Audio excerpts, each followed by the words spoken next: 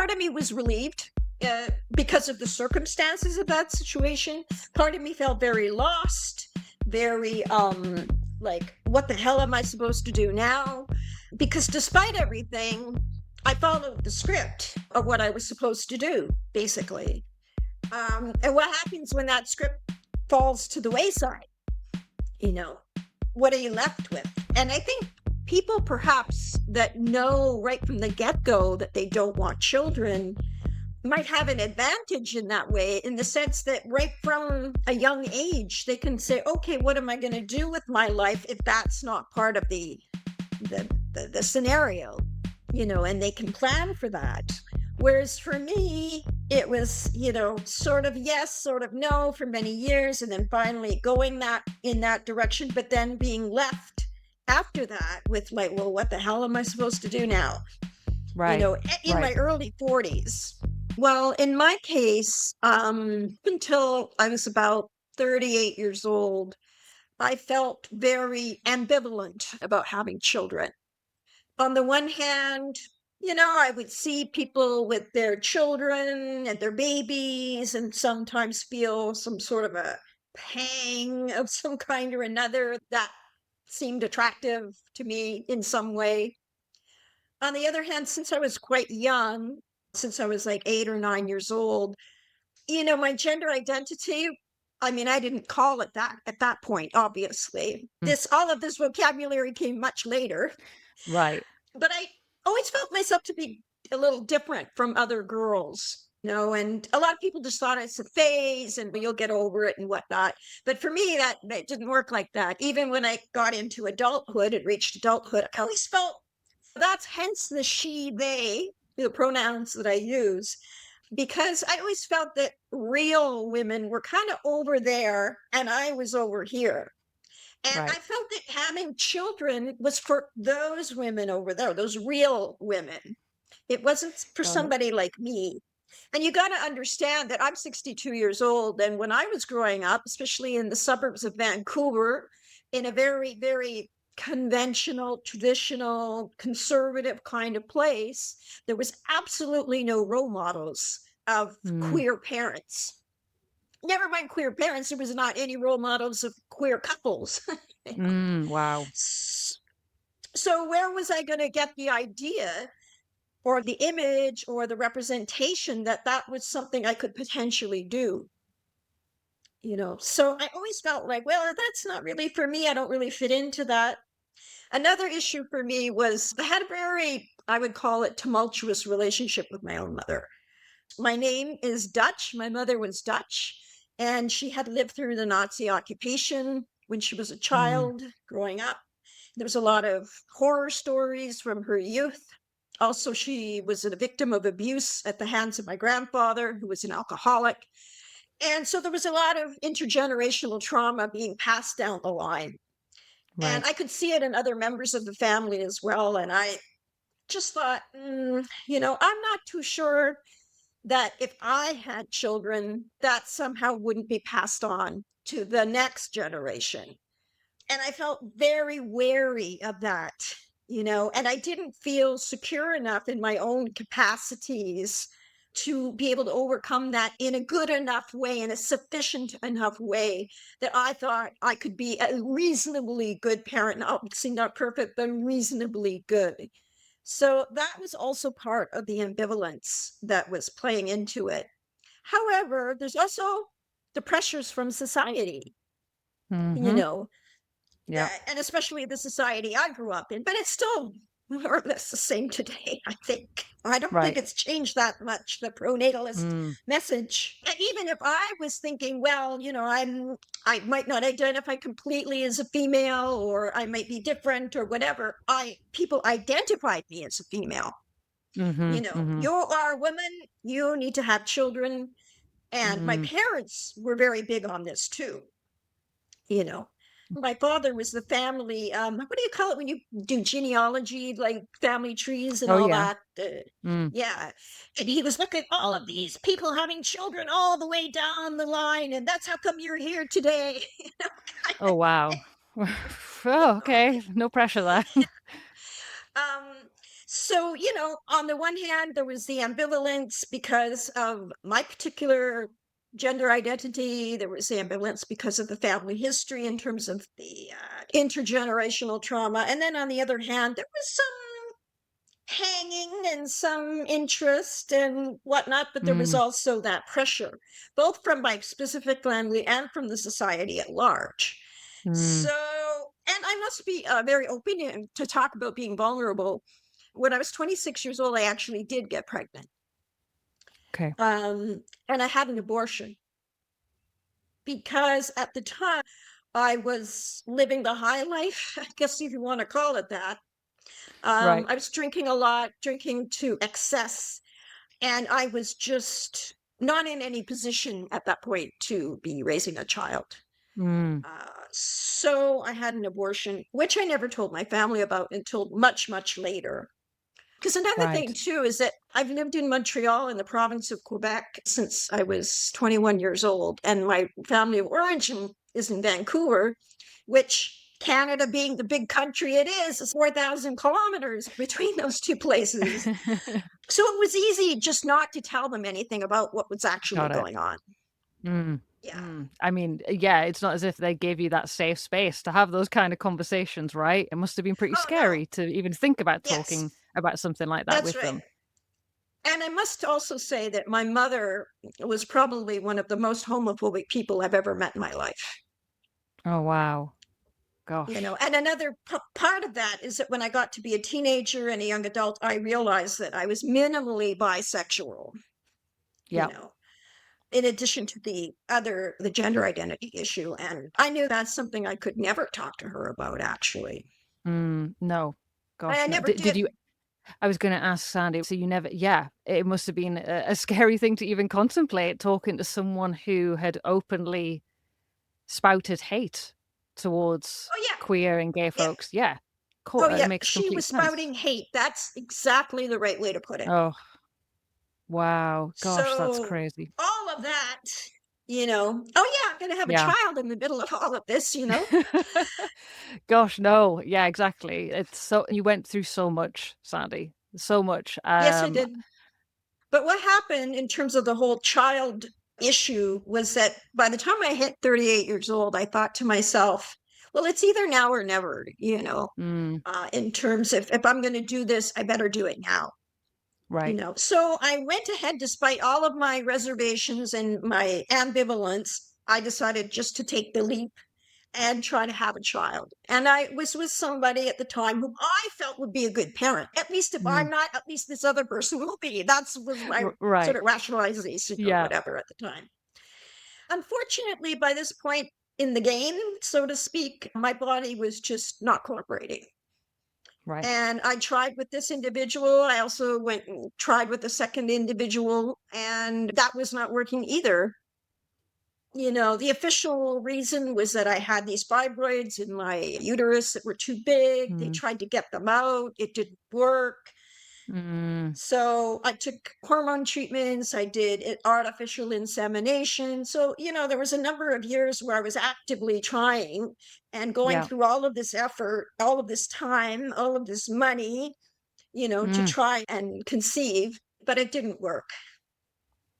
I Yeah. mean, going with I've had fibroids as well, Sandy, so it's something that I know a bit about as well, and, it can be really difficult, I guess, when your body it almost feels like, your body turns against you. It's, "This is what my body is made for," right? And then it's like, "Oh, no, now it's actually not possible." How did you cope with Right. that kind of feeling? That must have been really difficult. Well, what happened was the first year or two after I called it quits, Yeah. and by the way, the second individual that I tried to have a child with was a male, like a heterosexual, cisgendered male, who was Right. insisting that we have a heterosexual relationship with all Mm, that entails. And okay. I just wanted him basically as a sperm donor. Right, right. And so there was this big clash between me saying, I don't want that kind of relationship with you, and him insisting. And then in the midst of all of that, I fell in love with a woman. So you can imagine Mm. how complicated all of this got. God, yeah. Wow. That is must have been an intense period of your life. That is a lot to go Oh, through. very much. Yes. So when I finally called it quits, on the one hand, I felt obviously very disappointed and upset because, this is something I've been working at for a number of years. And when you Mm. invest all of your time and your energy and your money Yeah. into this one thing over a number of years, and then boom, all of a sudden it sort of goes up in smoke. Right. I was not a happy camper. I was feeling very distressed and very lost. Um, but what kind of saved me, if you want to put it that way, was I was working at the time for a Mhm. community organization in Montreal because I'm retired now. But my working life, I worked for a very long time as a project coordinator and Mhm. uh, community organizer in community groups. Helping people who were vulnerable populations and that kind of thing. So I Mm. got some satisfaction out of that. But there's a woman I met who was a professor at McGill University, which is one of the major universities here in Montreal. And she happened to come by the organization I was working for. And she said, "Well, you're really into community work and community development and all that." And I said, "Yeah, something I'm very interested in." And she said, "Well, I'm a professor at McGill in the social work department, and we have very few people who are interested to come and do a master's program in the community development branch of social work." Mm. And she said, Cool. "If you're interested in applying, I'll help you out." I thought, wow. Fabulous. Yeah. Exciting. Yeah. So I think she was a source of support in that way, in the Yeah. sense of giving me a direction, giving Mm. me a goal that had nothing Right. to do with having children. Right. Yes. It You was a know, blessed relief, I bet. Yeah. yeah. And yeah, no, part of me felt relieved too, I must be honest. First of all, to get that guy off my back. Yeah, he doesn't sound like the guy for you. No, he doesn't sound like a good guy. No. So part of me was quite relieved. And also, Yes. what would it have given me to have a child with this person at the end of the day? You Right. know. That would have been very complicated. Yeah. Yeah, no, just part of me was relieved because of the circumstances of that situation. Part of me felt very lost, very like, what the hell am I supposed to do now? Because despite everything, I followed the script of what I was supposed to do, basically. And what happens when that script falls to the wayside? You know, what are you left with? And I think people perhaps that know right from the get-go that they don't want children might have an advantage in that way, in the sense that right from a young age they can say, okay, what am I going to do with my life if that's not part of the scenario, and they can plan for that. Whereas for me, it was, sort of yes, sort of no for many years, and then finally going that in that direction, but then being left after that with like, well, what the hell am I supposed to do now? Right. In Right. my early 40s. Mm. Oh, yeah. Yeah. No, I mean, that you're not alone in those kind of feelings of like, well, what do I do now? Because the whole world tells you as a woman, this is your purpose. You're meant to want to have kids. You're meant to have Yeah. kids. And then Yeah. if you either don't want them or you can't have them, then you have to kind of reckon with, okay, so who am I outside of this very narrow Right. definition of what society says is a woman? So there's a lot to kind of grapple with that. And I wish as I was younger, I'd been stronger and recognized this is what I want. But you have to unravel all of that shit that Yeah. society puts on you, right? And it's hard to That's sometimes right. work out what's society's voice, what's my voice. What do I Right. truly want? How do I know this is That's what right. I truly want? Yeah. Yeah. So That's very difficult. yeah, I could imagine there must have been a grieving process to kind of go through and Yes. yeah. Absolutely. And in my case, I'm somebody who tends to somatize my emotions. Okay. So after all of this kind of fell to the wayside, I ended up having a lot of pain in my body and feeling very No. tired all the time and weak. Mm. And I went of course, to the doctor and got 3 billion tests and whatever. And they say, we can't find anything physically wrong with you. Okay. So, in retrospect, I thought that this was my body's way of expressing the grief and the distress and the Yeah. disappointment of all of that. And just Mm. the years of effort that led nowhere. Mm. Another thing, too, another message that our society often gives us a lot of the time is, well, if you want it badly enough, you can do it. Right. So You toxic. know, Such a you can. toxic thing to push on people, isn't it? That's right. And, or why didn't you try harder or whatever, And then you hear these miracle stories of women having children when they're 47 or whatever, but Right. usually they got a hell of a lot of money to be able to do Oh, that. yeah. Yeah, absolutely. No, and there is no one way to navigate life. So if someone doesn't want to, yeah, spend years and thousands of dollars to try and do something that is incredible. I can't even imagine how just going about your normal life and trying to do all of that on top of that, Sandy. That's I mean, you're right. There must have been so much relief when it's like the decision is almost taken, it's given to you. It's like, okay, this is it Right. now. I can now, Yeah. but it's difficult when the people around you can't support that, when they can't see how much Right. pain that you've had to navigate, and that actually this is a good thing for you to now be able to go, I can focus on myself now and not on this Right. thing that society tells me that I need to have in my life. That's But right. yeah, that That's right. toxic idea, it just crushes people. It's horrible. Absolutely. Another thing, too, in terms of support, like I mentioned earlier, because my family was in Vancouver, my family of origin, and Mm, I'm here, they mhm. had no clue that I was going through any of this. I never told them, Wow. Gosh, because wow. this is another weird part of my family history, but my brother and I just have one sibling, were raised more or less in an agnostic household. There was no real religion. I was never officially belonging to any religion or Mm, anything like that. But in our adulthood, my brother converted to Catholicism and I converted to Judaism. okay, okay. Interesting Yeah, diversion, yeah. yes, yes.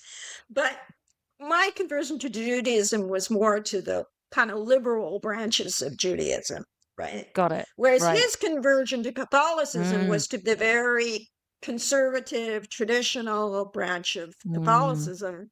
So him and his Wow. wife were all busy having 7 children Wow. during Oh, wow. during this time that I was struggling with all of Oh this. my wow, and you did they know anything, Sandy? Were you ta did you No, we it no, no, because it would have been too difficult to have that kind of conversation. Wow, gosh. Oh, my heart breaks for you, Sandy. Gosh, what a thing yeah. to have to navigate by yourself. Yes, yes. And my mother, I don't know. My mother she was hot and cold. Sometimes she was Right. very complimentary and nice or whatever, but then she could turn very quickly and then be Mm. very mean and say cruel things. So I just thought, well, that's the last thing I need, somebody Yeah, putting some cruel words on me. No way am I right. going in that direction. No, So she was not a unfortunately safe for place. no, for my family of origin, there was really no support at all because they didn't know what was going on. I mentioned it much, much later to my Mm. sister-in-law and my brother, but like that was very recently, actually, within the last couple of years, when it was Wow. all in the past and it really was all said and done kind of idea. Mm.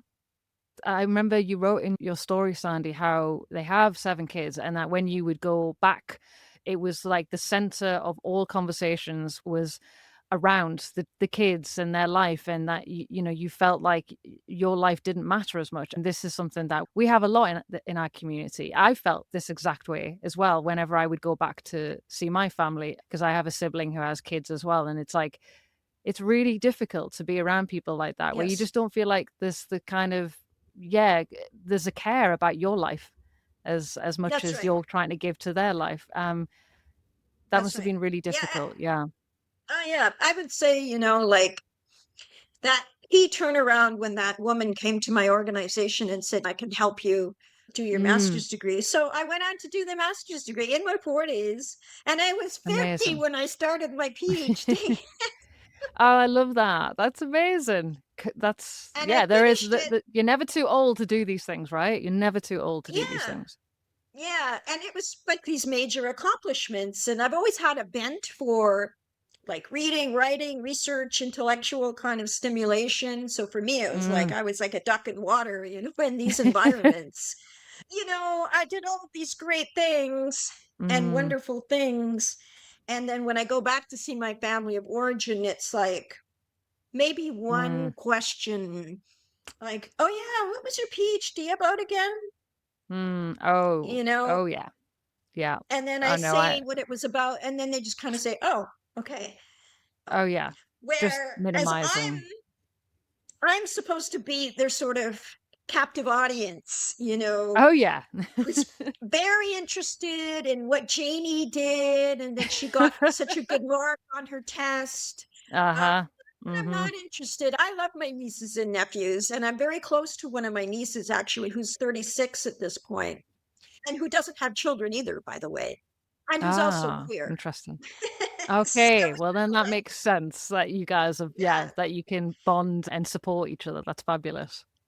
yeah. But the thing is, and she stopped being Catholic, so that was a big thing too. Ah, okay. I mean, Yeah. she's probably looking at you going, "Thank God there's someone sane in the family." You know? Someone that I could lean on for support and That's right. look up to. You're the role model that you never had that role model, but you could be the role model to her, which is fabulous. I think I have been to some extent, and we do talk. I do think that she does cherish our relationship and that she has somebody she could talk to about these things. Um, Absolutely. Oh gosh, so absolutely. That's what we all want in our lives. A person who's lived this life before us who can go, "You're gonna be okay." It means so yeah, much. yeah. Yeah. But in any case, so I went on and to do all of these things, and I kept on Yeah. working in community groups and with community projects and stuff as well. So, but in terms of the queer thing, what happened was originally after I stopped trying to have children and came to Mm. sort of peace with all of that, I made peace with my sexual orientation, and I started coming out at least to my friends in Montreal and people in Montreal. And but Oh, wonderful. Montreal's kind of like the queer capital of Canada, so So it was everyone was like, "So what?" yeah, kind of. It's like, okay, that's nice. you know. Oh, but it must have been Um, amazing for you to do it. For you to be able yeah, to finally say it out loud. That's an incredible thing. That's amazing. yes. And since then, I've been involved in a number of different groups and even work for an organization, a community based research organization, actually, that looks at queer health in Canada. Oh, So wow. that was a big thrill for me to be able to bring the research part of myself and the queer part Yeah. of myself together in working for that organization.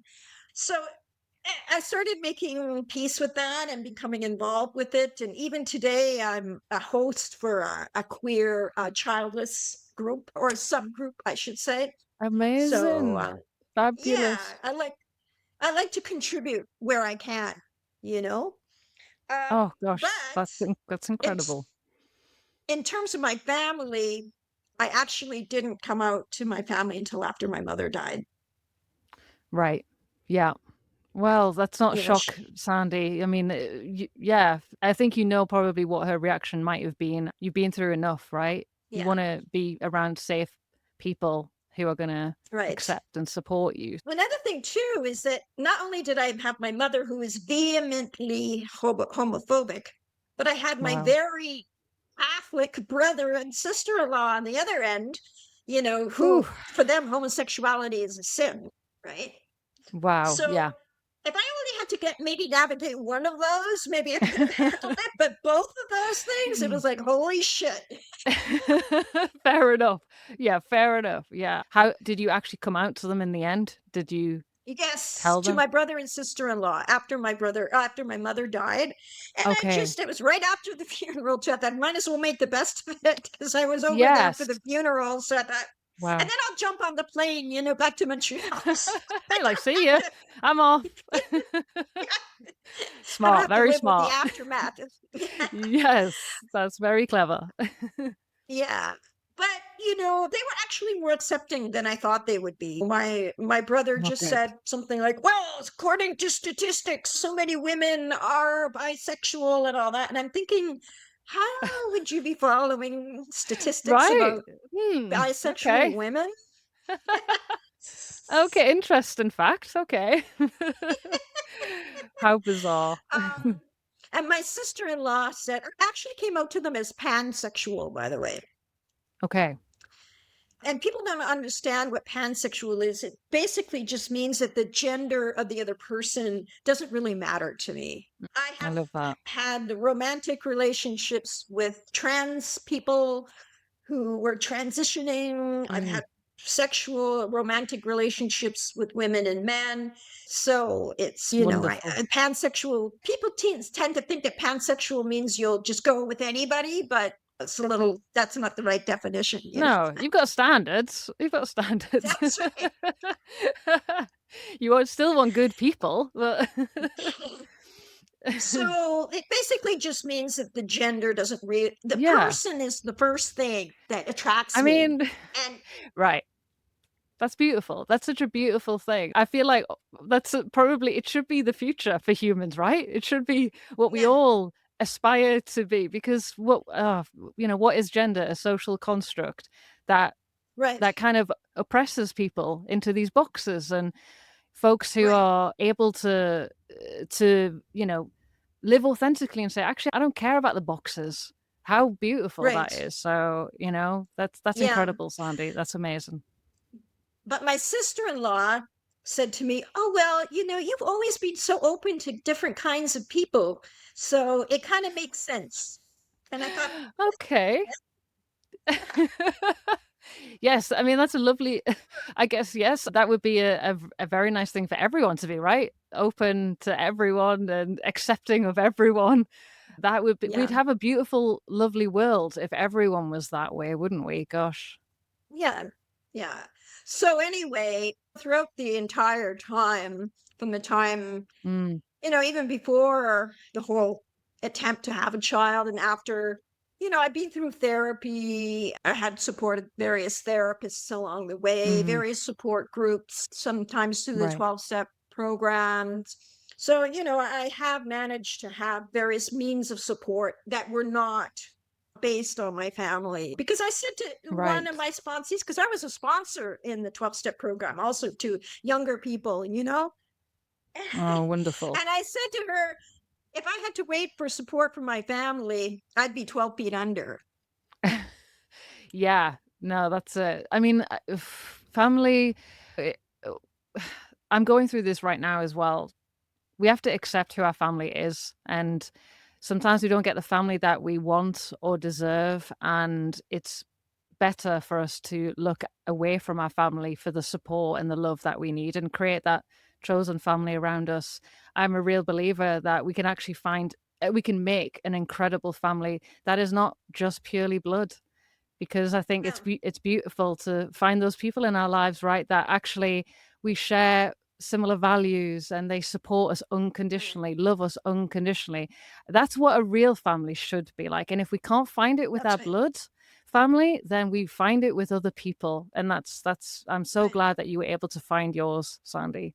Um, Yes. Another element to all of that is that for the last 22 years, I've had a very, very good and close relationship with the person who is now my legal spouse. We've lived together for 22 years. And this is not a romantic or sexual relationship. It's a platonic partnership, I guess you could call it, which is mm, also not a heteronormative, standard kind of right. spousal relationship. Mhm. Um, but this person has been with me through thick and thin. I mean, Mm, when I was crying like a baby on the floor because I mm, was so upset about various things or whatever, this person was right there with me, kind of thing. yes. When I went back to BC, to British Columbia in 2021, when my mom was dying of cancer and dementia, we became both of us her on site 24-hour a day caregivers. Wow. So again, who was there supporting me right through the whole thing? And Yeah. and he doesn't even speak English, like he's French Wow. Canadian. Okay, wow. Uh, so to put yourself in a completely new environment where you don't even speak the language, Yeah, but I knew that they were doing it for me, you that's it. know. That's it. They love you. Yeah, that's it. That's right. That's so So, I mean, yeah, that's such a I feel like you're 10 steps ahead of where society should be, Sandy. I feel like you are doing what actually people should be doing right now. You know, you are removing all of the constructs and the boxes that we put it, on people and just saying, I'm going to love and care for people because I think that they're a great person, and I don't need to have a legal document, or I don't need to marry this person. We can have a platonic relationship. We can create whatever relationship works for us, and rip up the rules that are given to us right, from a young right, age. That's what we all should right, really be doing, right? And you're doing it, which is right. so Yeah. inspiring. It's amazing. Well, thank you. Thank you. But I mean, the reason that it became a legal relationship was primarily for medical and legal reasons. Right. Like, as you Yes. get older, Yeah. unfortunately, my spouse has quite significant health issues, and I've become his Oh. caregiver at this point. Yeah. So, So it's for so you legal, can medical mm, reasons, yeah, I see. So you can visit in the hospital, you can make yeah, decisions that would that's right. help them. Yeah. I think that's the thing that because it's like we can make these relationships, but the world is still so tied into the old systems that we have to navigate it as best we can to make sure that we can look after each other. And Right. if that means even marrying your friend, if that means getting these legal documents or whatever you got to do, like yeah, we have to do it. But yeah, tell me more about because I remember in your story you were talking about that as you age, you think more about death and legacy, and maybe you can talk a little bit about those things. Do you fear for your future, or do you know that you have people around you who love and care for you and that's enough for you? Well, the thing is that, I have friends, obviously, in Montreal, but most of them also have their own lives. Either some of them have children, or some of them have their own spouses, or own primary relationships, or own work, or Mm, own whatever. So they can, even at this point with my caregiving, they can step in occasionally, but it's not the same thing as having somebody like the way my spouse came with me to take care of my mother, you know? right. So I am a bit apprehensive about that, to tell you the truth, but I have thought that eventually I might move back to British Columbia to be closer to my family of no origin now that they all know about me. That's it. Yeah, that's it. Yeah. And maybe closer to my niece, the one that I'm close with, Mm, you know. yes. So that's a possibility. I'm not saying that it's going to happen, but Right. and the thing is that in terms of legacy, I've done a lot of writing. A lot of my work is published, both in terms of Yes. academics. I'm also a poet, and I have poetry that's been published, 3 chapbooks that have been published, poetry books. Amazing. Um, so I like to think that I'm leaving a little bit of myself behind in that way, Absolutely. that Mhm. people can read what I've written at some point and maybe be inspired by it to some extent. Um, Absolutely. and I used to be quite preoccupied with this idea of legacy, because my father's voice is still in my head about the Mm, genealogy. right. Mm, um, but at the end of the day, I kind of came to a point where I just said to myself, listen, just live your life as to the best of your ability to do things that matter to you, that you care about. And that has to be enough, with ab people you care about. And mm, that has to be enough. I mean, another thing too is this whole thing about genealogy and all the rest of it is that how many people know anything about their great grandparents? A little yeah, tiny percentage of the population, maybe. But maybe. after the grandparents, it's kind of lost in the ether, like, oh, yeah, Totally. whatever, some great, great person over there. So Yeah. at the end of the day, it's like, what kind of significance does that really have in Mm, the large scheme of things, I'm saying, you know? that's it. So for me, I have a cousin in the Netherlands, actually, who Oh, has the cool. same family name as me. Ah, okay. um, So a bit of a tongue yeah, twister. Yes, yes. And he's now the family historian, at least on my mother's side. And he likes to put little notes beside people's names. And so beside my name, it's like converted to Judaism, spouse, French, Canadian, and Indigenous, because my spouse has Indigenous heritage as well. Okay. And I can tell you in my family tree, that is very unusual, Right. Okay. So you you know? stand out. Yes. And there's a few other notes, a PhD and this and that. And I'm Yeah. thinking, hey, if somebody's looking at that family tree going, hey, well, who the hell is this person? Yes, you're gonna stand out, which is fabulous. Yeah, but I didn't do it like, oh, I have to stand out. That was No, not my major preoccupation. of My course not. major No. preoccupation was doing things that I care about and doing things that mattered Mm, to me and doing things that I felt I had certain proclivities for, you yeah. know. And that's why I said, at the end of the day, that's enough for me, and I'll let the future beyond my own lifetime sort of take care of itself. I think that's a very good attitude to have. People can become so obsessed by this idea of legacy, and when you like really boil it down, it can be a bit more about ego often, especially with a lot of men out Right. there. And Yes. Yeah. and I think we can have such a if we want to, we can have an impact on people around us right now.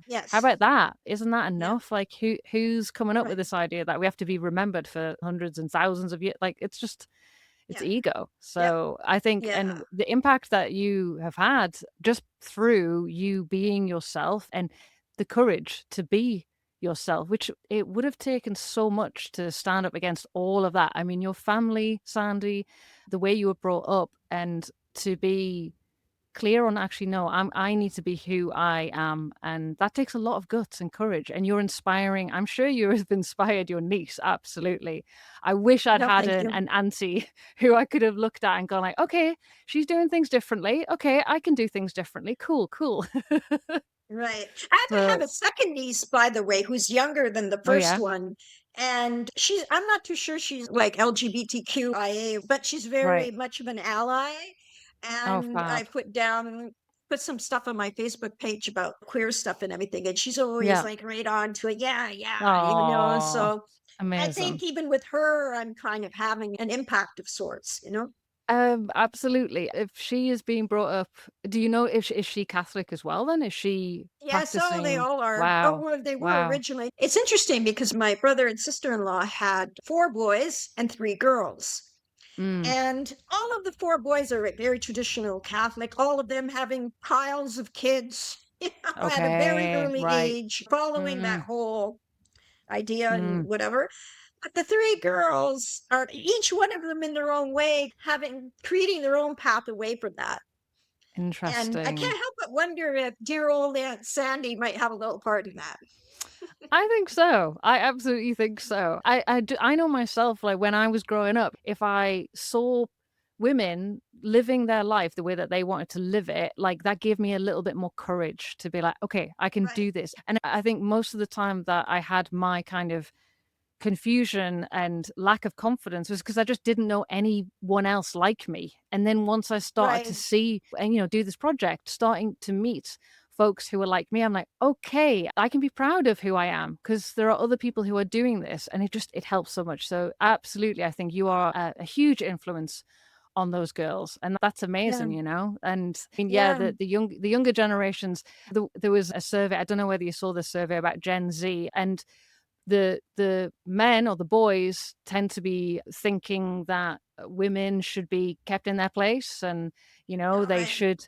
should be obeying their husband, and Oh boy. the women and the younger and the younger women, I think they are asking more questions going like, "No, that doesn't work for me anymore." So I hope Right. younger women can really, yeah, stand against that kind of pronatalist ideology because it really is. It's just and it's in religion, right? It's just all in there. It's Oh, like you're oh you know yeah. Oh boy.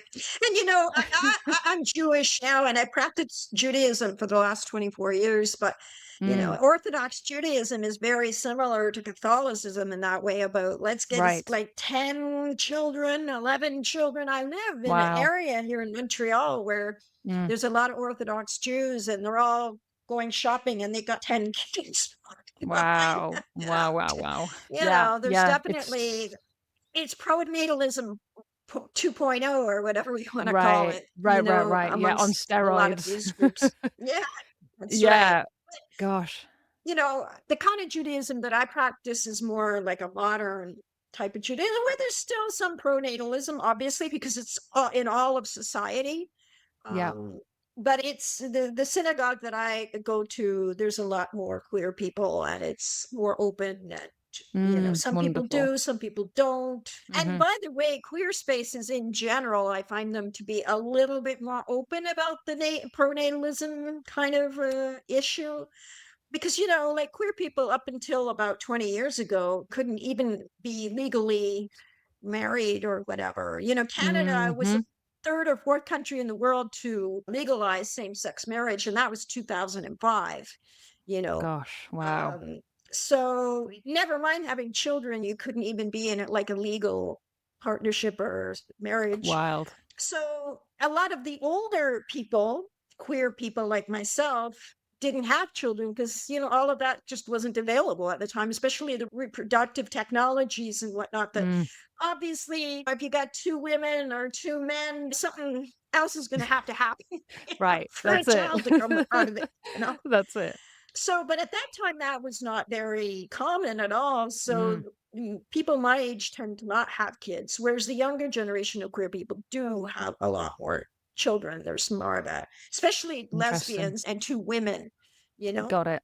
But Yes. Yep. overall, I find in the queer community, it's a little bit less like in your face and it has to be this Yes. way. And it's just, there's much more of a variety.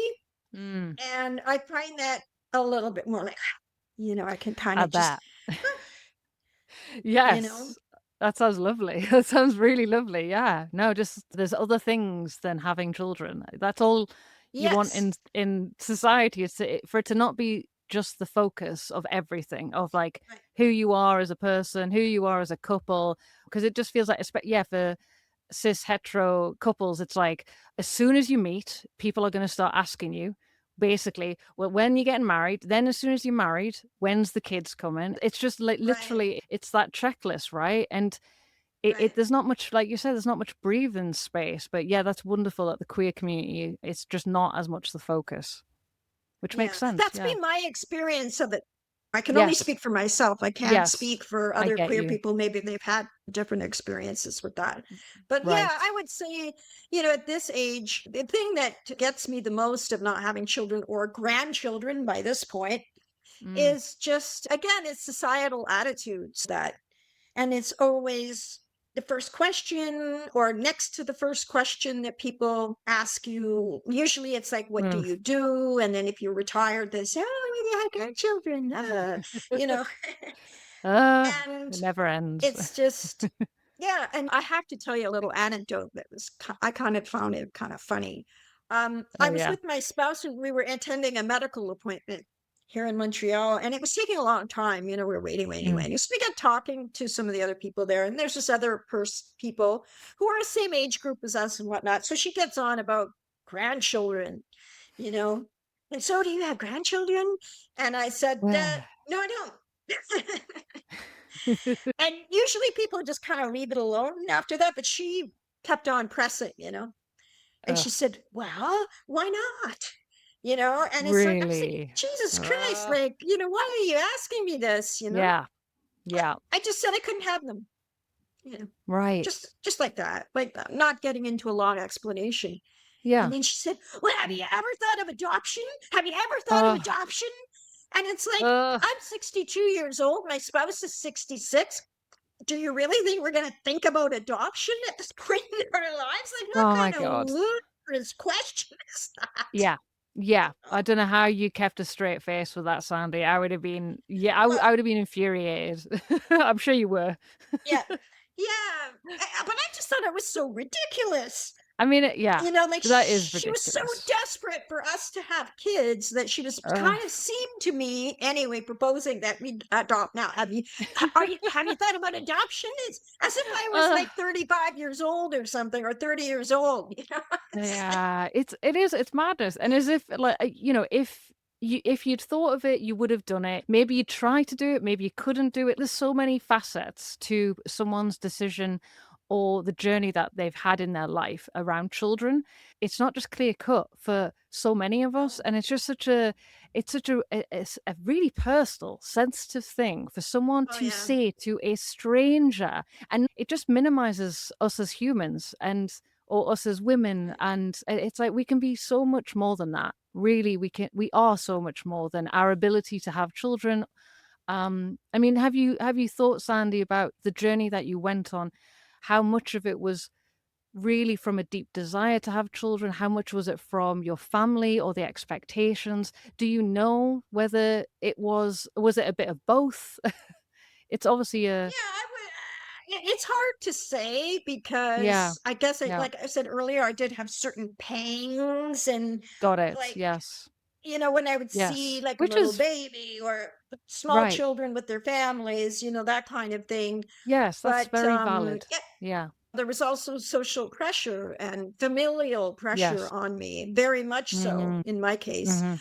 And even today, like occasionally I see, like with my brother, with all of his grandchildren and Right. whatnot, and like it'd be nice to have somebody around as you get older too, because it can get lonely, to be Right. honest with you, just with the two of us, and my spouse's family is also far away. Right. So, we do have friends, but like I said, a lot of them are busy with their own lives. So that part Got of you. it I find a little bit more difficult. Yeah. Um, but at this point in my life, the fact that I'm not a mother or grandmother or parent or grandparent, I should say, in a more queer friendly way, generally speaking, I don't think about it that much. Yeah. I'm active with my own, caregiving is a huge responsibility, Mm. and I have to Absolutely. be there for my spouse to help the Mhm. daily functioning. And, Yes.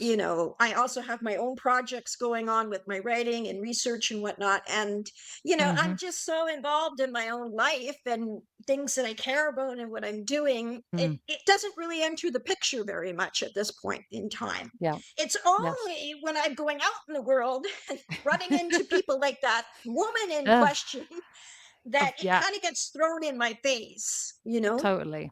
Mm. Yeah.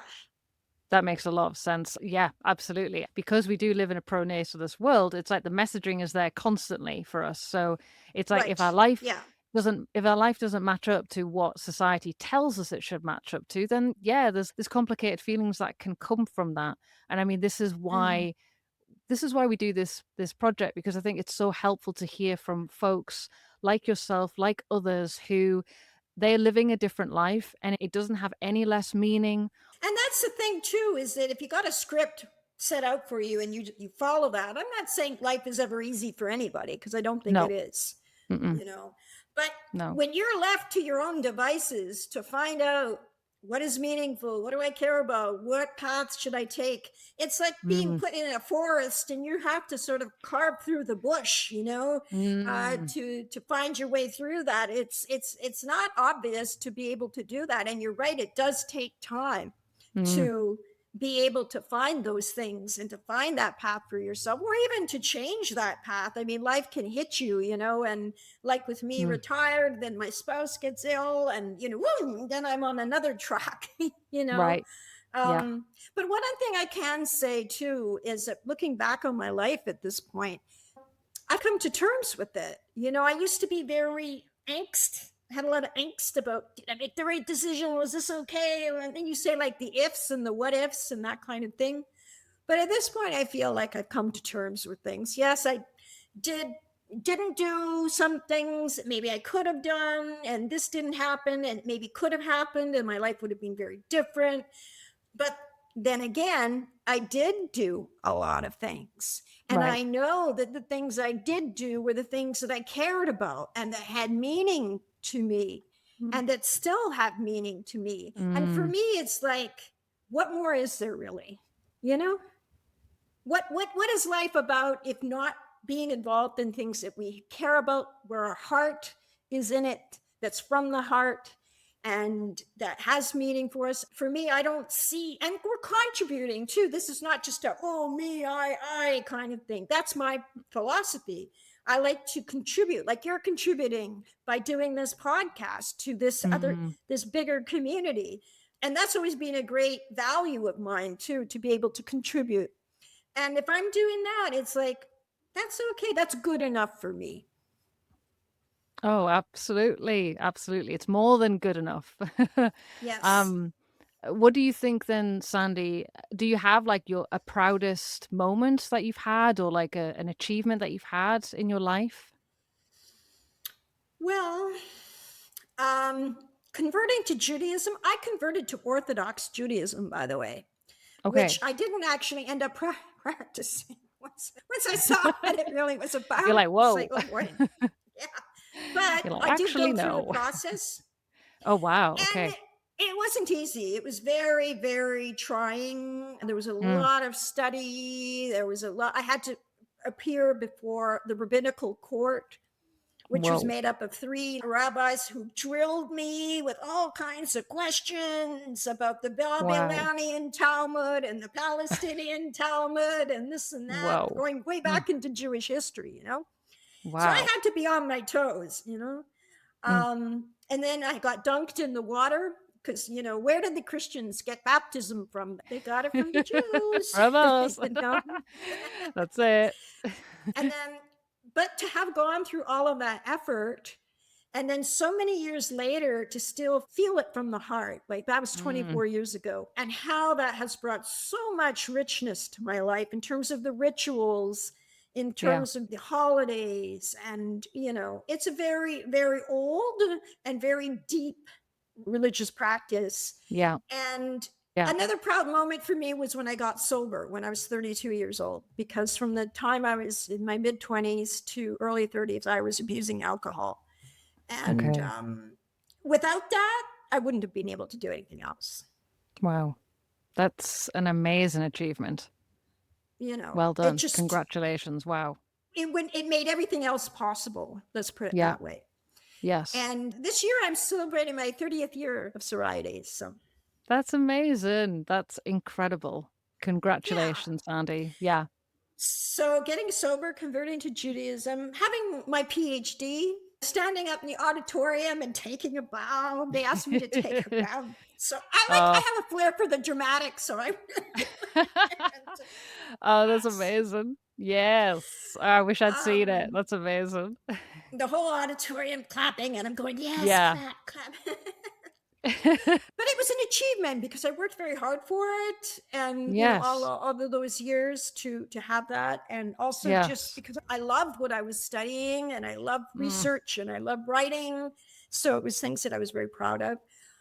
And also just being a caregiver to both of my parents when they were Mm. dying. Way back in the day, over 30 years ago, it was with my father, who died of lung cancer.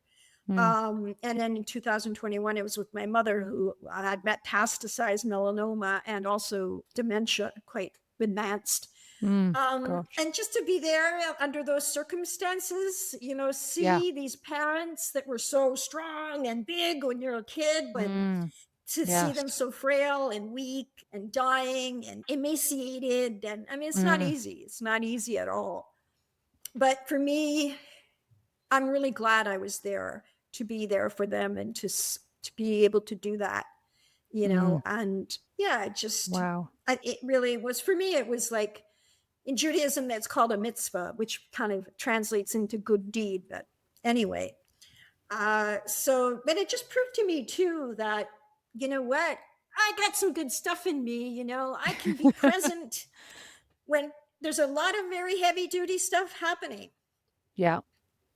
you know because sometimes Mm. people have put that on me. Oh, well, you never raised a kid, you don't know what it is to be there in the middle of the night when da da da da. Well, I was there in the middle of the night when my mother was crapping in her Wow. diapers and I had to change her you Yeah. know Wow. So don't tell me that I don't know what it's like to take on responsibility, you know. And even Absolutely. now with my spouse. So yeah, I would say that those are some of the things that I'm the most proud of. And all of the As you community work should. that I did throughout the years too, for being there for like immigrant women who just arrived in Canada and people who were recovering from addiction, and all of those years Incredible. of social advocacy. And I'm I mean, You've done more than enough.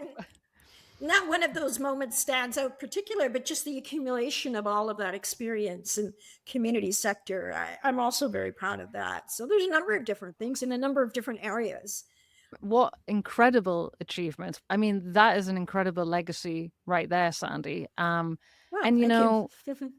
it's interesting because yeah, like, this is something that it's really frustrating when society really dismisses and minimizes folks who don't have children, their impact on our society and our communities. Right, It's really right, frustrating because it's like people don't realize that actually we are able maybe to give back in ways that are felt and reverberate for years because maybe we don't have our own children. It's because we right. don't have that thing that you're telling us that we should all have, that we're able to do these incredible things for our wider communities and the people around us. And that's exactly what you did, Sandy. So that is, Yeah, I mean, that's an incredible gift that you gave back to people. right. And yeah, Yeah. I incredible. should just say too that when my mom was dying, my brother and sister-in-law lived next door to her. This is in British Columbia. Mm, And one of the reasons that my spouse and I could go there was because we didn't have children to right. take care of in Montreal, Mm-hmm. so we Yep. could go there for a couple of months or whatever, Yep. too. And they were so appreciative because they still I had bet. children at home under the age of 18 that need to be Mm, taken care of. So they were mm-hmm. not as much caught in that, what they call Oh sandwich yeah. generation or whatever. Mm, I mean, to some extent, they were still involved, obviously, but the fact that they had myself and my spouse coming in yeah. to be the hands on people Mm-hmm. there, I mean, they were very appreciative. I mean, for all the things that I've mentioned about my family that, they're kind of like, well, you um, they also have some very good sides to them too. Yes. And Yeah. they really did show myself and my spouse a lot of gratitude for us coming in and Good. helping out like that. And I did the same, by the way, when my father was dying. It was not the same spouse, it was the first spouse. I've been married a couple of times. Right. um, and so we went back to British Columbia, and I was helping my dad when he was going through his cancer Wow. treatments and whatever, and so, Wow. again, I wouldn't have been able to do that if it Mm-mm. hadn't been for. And at that time, my brother had all these very numerous small children at home. So, who was going to do it? Yeah. And, Yes. coming right across the country like that, Yeah. going all the way over there to take this on, generally speaking, it is not recognized. No. Although Mm-mm. there is a few things where I live now in the province of Quebec where they've started recognizing a little bit more the contribution of carers or Oh, caregivers, good. as we say in North Mm. America. Mm-hmm. Um, so there is slight more That's good. recognition, but Yes. still, and I just hate it when people make assumptions about me. That's the one thing I can't Yeah. stand. How would you know? And it's like, have you ever taken care of somebody who's dying of cancer? How Right. painful that is. Mm-hmm. Yeah. It's just heartbreaking. Yeah. And my mother had dementia too, so she was going from yelping in pain where she needed Mm. morphine to Yeah. like 10 minutes later screaming at me that I was trying to poison her, Wow. and calling the RCMP, the Royal Canadian Mounted Police. Wow. Wow. Oh God. Yeah, that is a roller coaster. Yeah. I mean, can you Yeah. imagine dealing No. with this? No, that is, I mean, that's a huge undertaking, Sandy. Yeah, huge. And your siblings should be incredibly grateful to do that because as Yes. well, you didn't have that kind of support from your family in your younger years. So you push through that, which must be very complicated. I mean, we have folks in our community who also experience this. We can have very complicated relationships with our family because we do sit outside of what society tells us that we should be doing. That Right. means our family often can be not supportive, and they can Right. they can be Right. quite hateful and Yeah. dismissive and minimize. And then to then have to grapple with aging parents when you're dealing with all of that hurt and pain and trauma, Mhm. yeah, it must have been very complicated for sure. Well, another thing too, as I mentioned earlier, that I'd gone through a fair bit of therapy and Yeah. also a lot of 12-step groups and all of Mm, that. And, I wrote many inventories about my relationship with my mother, my relationship with my mm, father. And I kind of worked through a lot of that, at right. least by the time my mom got ill, which was Yeah. in 2000 and end of 2020.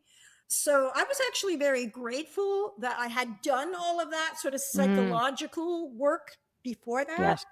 because I had come more or less to accept her for who she was and what she could Hmm. offer me. And yes, I had many years of resentment and anger and all that was present, but like I said, I managed to have worked through that to be able to do that, because if not, Mm, there's just no way I would have been able to do it. mm-mm, And I no. didn't do it alone either. I had my dear spouse Alain with Yes. me.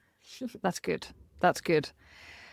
Do you think then this is often something that, yeah, when parents who they don't support us to live our lives authentically, they're dealing with their own trauma, their own Right. childhood abuse trauma. It's something, it's hard because you're like, I get you also went through shit, but Right. it's passing that on is also incredibly painful because it's like, Yes. we have done the self-reflection and they're like, okay, now I'm going to heal and work through this. And but yeah, obviously, do you think your mother did she want kids? Did she, as a mum, did she give off a vibe of like she enjoyed this role?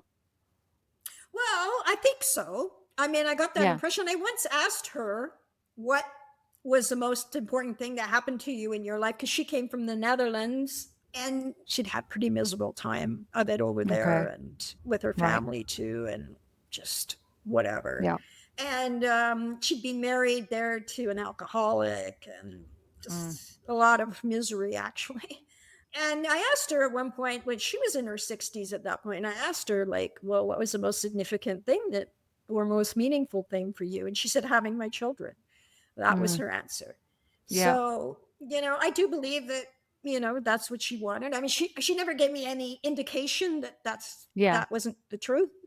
Right. So, yeah, I think, but That's good. again, another thing too is that we're talking about my generation, that there was no queer representation. There wasn't a lot of Right. other models or whatever. But for her Mhm. generation, and also coming from Europe, when the Mm. Dutch society is like a different ball game, you Yeah. know, at Mm. that time, especially. So, and the fact is, when she was 61 years old, she left my dad Right. Oh, after wow. many, many years of marriage. And Wow. that took a lot of guts, Yeah. Absolutely. Yeah. you know? And Yeah. she was so afraid that I'd be angry with her. Like, you shouldn't have left Mm. dad and this and that. And I said to her, absolutely not. I could see that you weren't happy. I could Yeah. see that he wasn't fulfilling your needs. Yeah. And I think that was a good thing to have done. Yes. So, my mother was, like I said, sort of hot and cold. In some Mm. ways, she could be very inspirational and she could be Mhm. very empathetic. But in Mhm. other ways, she could be very cruel and mean. And, Mm. and I never knew which mother was going to show up. That was the problem. Okay. So Jekyll and Hyde kind of Yeah, vibe. Yeah. Which can be very destabilizing for a young child, right? You don't know what you're getting, so you don't absolutely. ever have that safety. You don't feel, Yeah. yeah, protected. But another interesting conversation I had with my mother, by the way, was I did tell her about my abortion eventually. Oh, yeah. How did that And go? Yeah. she said to me, well, guess what? I had an abortion too. Wow. Really? When she was, I think, in her 20s or something. She was still Wow. living in the Netherlands at that point. Mm. And she told me all about it. And she says, don't tell your brother and sister in law because they're such strict Wow. Catholics. Yeah. Like, they're going to come down on me. Wow. So I said, That's no, no problem. I won't say anything. That's amazing though, that she could be that open and vulnerable. It says a lot about how your relationship, kind of progressed, that you could have that Yeah. kind of honesty with each other, which is pretty incredible. Yeah, And but I can I only was the yeah. one who opened the can of worms. I was the one I who see, yeah. made that possible, that Yeah. discussion possible. Yeah, Yes, yeah.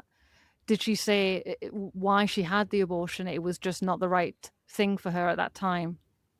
yeah, Yeah. yeah. And I she mean also mentioned that mm, at the time in the Netherlands, it was not legal, and she had it in yeah. some Uh, back room somewhere that the conditions were probably not very good or sterile, even right. for that matter.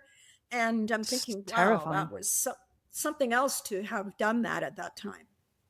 I mean, that's the thing, it's so what we're going through right now with reproductive rights being rolled back in obviously lots of countries, it's scary Yeah. because Yes, it it's, is. we I don't think we realize how much trauma and how much pain women had to go through back then Yeah. when they did not Yeah. have autonomy over their own bodies, and Yeah. we're trying to go back towards that. It's Yeah, it's really terrible. yeah, it's scary times, and I can't even imagine what it's like, but we're in a time right now where yeah, there are countries that are determined to, I guess, go back in time and to do you Yeah, it how do you seems like feel it. about how do you feel about progress? Do you feel from when you were growing up, and obviously you experienced a lot of stigma and a lot of hate around your life and your choices? How do you feel now? Do you think it's getting better? Is it getting better for your nieces and nephews? Um, I think in some ways it is. And it depends on where you live too, right? I mean, Absolutely. if you're Yeah. living in Canada or you're living in Russia or you're Right. living in Alabama in the United States, Right. it's a very different ballgame. I think overall there's this rising of this populist right wing MAGA Yeah. inspired kind of Mm, ideologies that are kind of penetrating the Western world, mm, and maybe beyond that, I'm not sure. And that's a pretty scary thing to see happening. So far in Canada, it hasn't had any significant impact, although I think there's probably more like online hatred towards queer people, for example.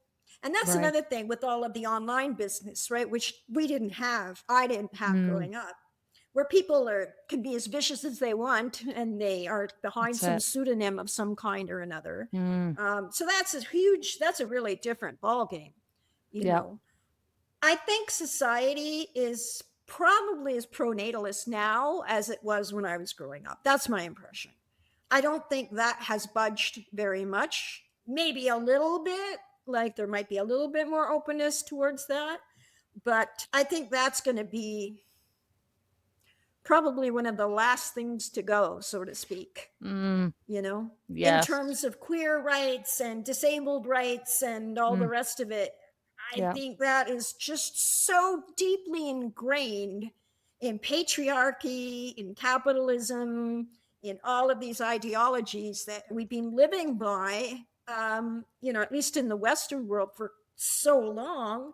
Mm, um yeah, it doesn't, like 100 years or whatever, or 50 years for that matter, is a yeah. little tiny bit of time compared to the long history of how long these ideologies and these systems have existed you That's it. know Yes.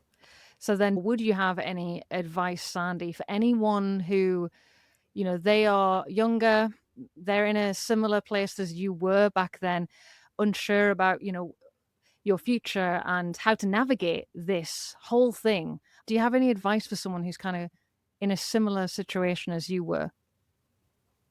Well, I would say find trusted people to talk to, Mm, whether that be a therapist or a close friend, or I really don't think any of us, ideally at least, are meant to go through this alone, because mm, having support is just so crucial in any way to meet life's trials and tribulations. And it makes so much difference.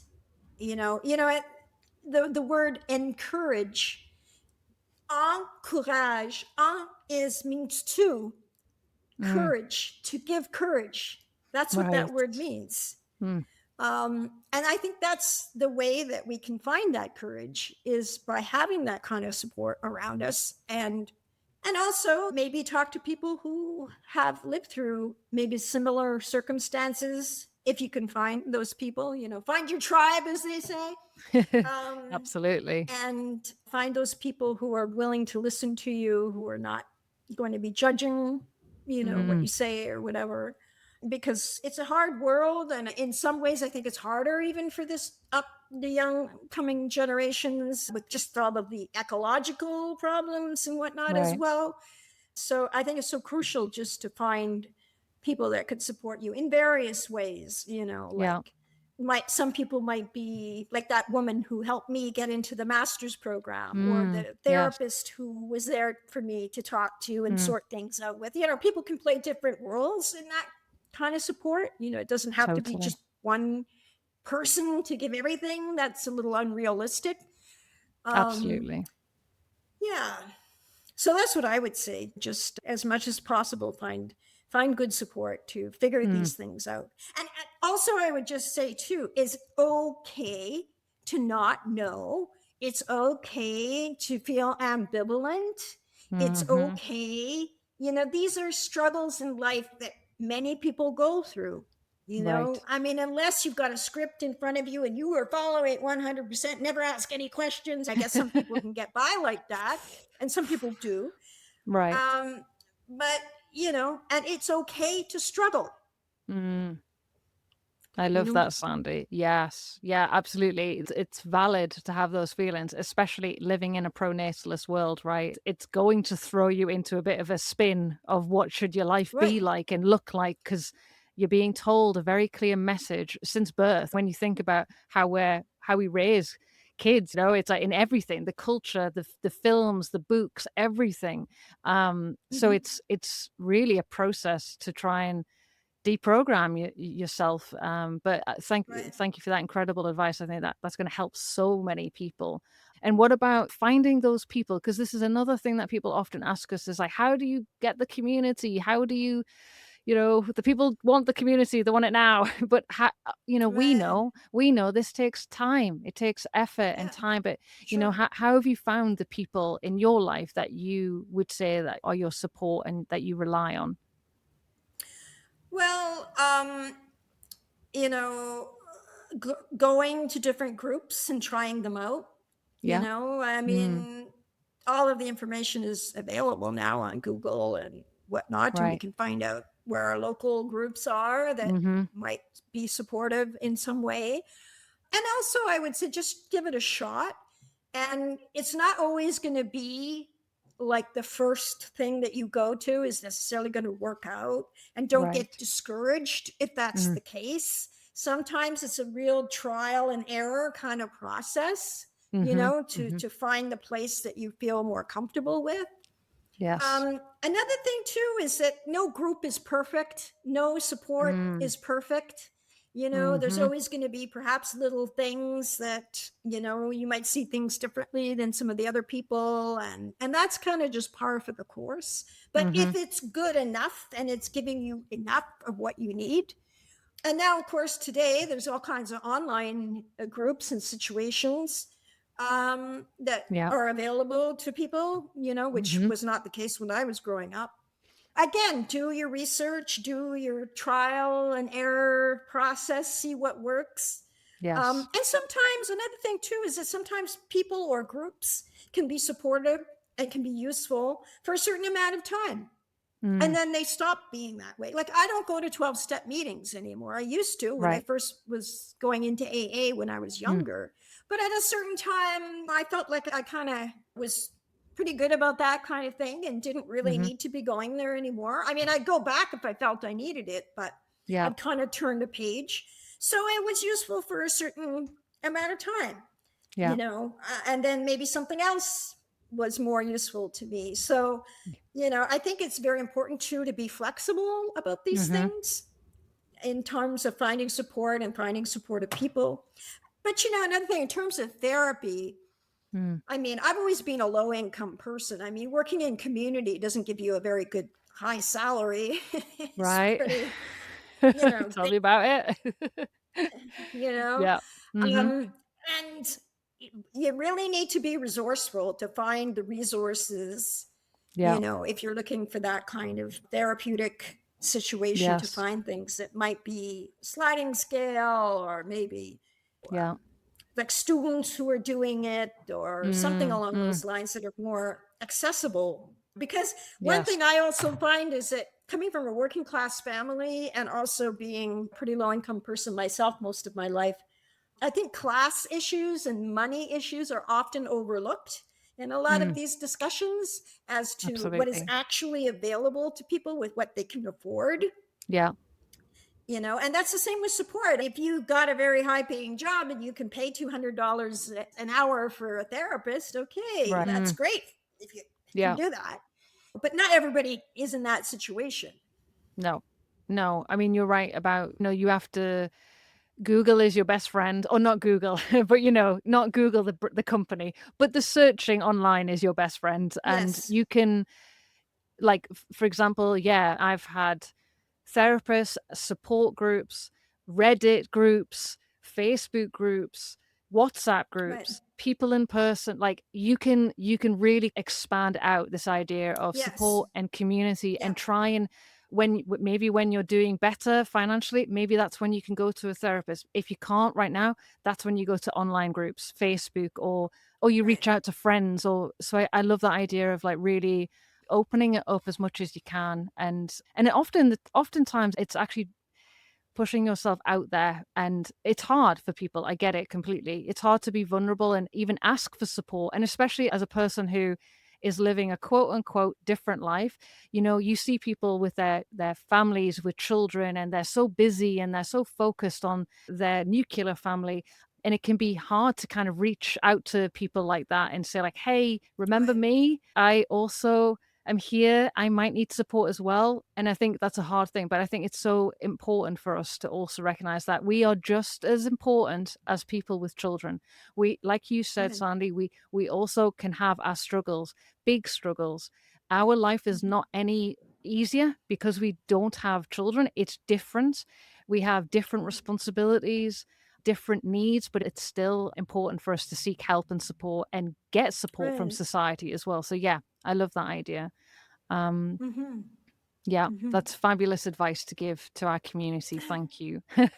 Yeah. And And yeah. you're right Mm, about taking the plunge, like I'm mm. part of this childless collective online and Oh I yes, I was a know bit that one. Yeah. hesitant, I was a bit Yeah. hesitant to get involved. And now I'm the, LBGTQIA sub host, Oh, amazing. subgroup host for that, Wonderful. group and whatnot. Yes. So and now I know more of the people and, it's kind of Wonderful. found my little landing place there. Um, but, yeah, I always say to myself too, what have I got to lose? If it doesn't work out, Mhm. That's it. That's I it. always find that I regret not trying things more so than I regret having tried them and they didn't work out. Because then I can tell myself, wow, 100%. I tried and maybe there's something else 100%. for me out. Yeah. That's it. That's it. You're better off trying, and even if you fail, you learn something. So Right. it's kind of like a win-win, right? If it doesn't work out, you still learn something, and then you move on to the next thing. So, Yeah. I think, and yeah, the younger folks out there, because I think they do have more chances at seeing people like yourself who have created a life for themselves that is just as meaningful and fulfilling. It's just different. I think that gives people also the strength and the support, just seeing that representation out there. So you just being out there and being on this podcast, Sandy, sharing your story, supporting your nieces, your nephews, like, you're doing that with just you being you. So I just want to say thank you so much for being a part of this project and for adding your voice to this movement. I know it's going to help so many people. So thank you, Sandy. Well, it's my pleasure. And, if my words can be inspirational or helpful to somebody, then Absolutely. it's a good day for me.